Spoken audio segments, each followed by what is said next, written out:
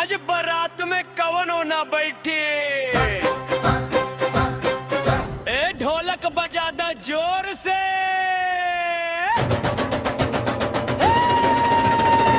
ढोलक के ताल पे बाराती पागल हो गइल, नाचते नाचते पूरा माहौल रंगीन हो गइल। ढोलक के ताल पे बाराती पागल हो गइल, ताली के आवाज से शाम रोशन हो गइल। एक धुन पर सब झूमे लागल है, खुशी के मेला आज सज गइल गे। ढोलक के ताल पे बाराती पागल हो गइल, नाचते नाचते पूरा माहौल रंगीन हो गइल। ढोलक के ताल पे बाराती पागल हो गइल, नाचते नाचते पूरा माहौल रंगीन हो गइल।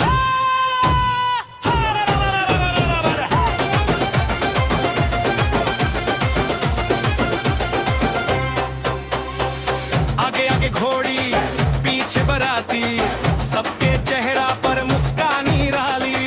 चमके लाइट सजल बद्वार, नाचे जवान नाचे परिवार। बच्चा बूढ़ सब कदम मिलावे, गीत के साथ सुर लगावे। आज के रात ना भुलाई के पावे, मस्ती में सबके डुबाई के बाद।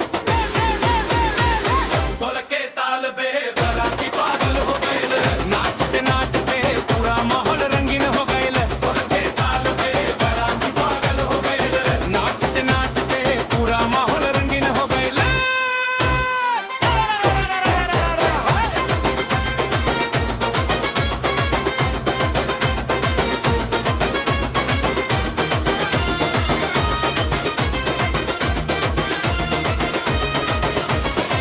बैंजो बोले ढोलक गरजे, जोश नया हर दिल में भर दे।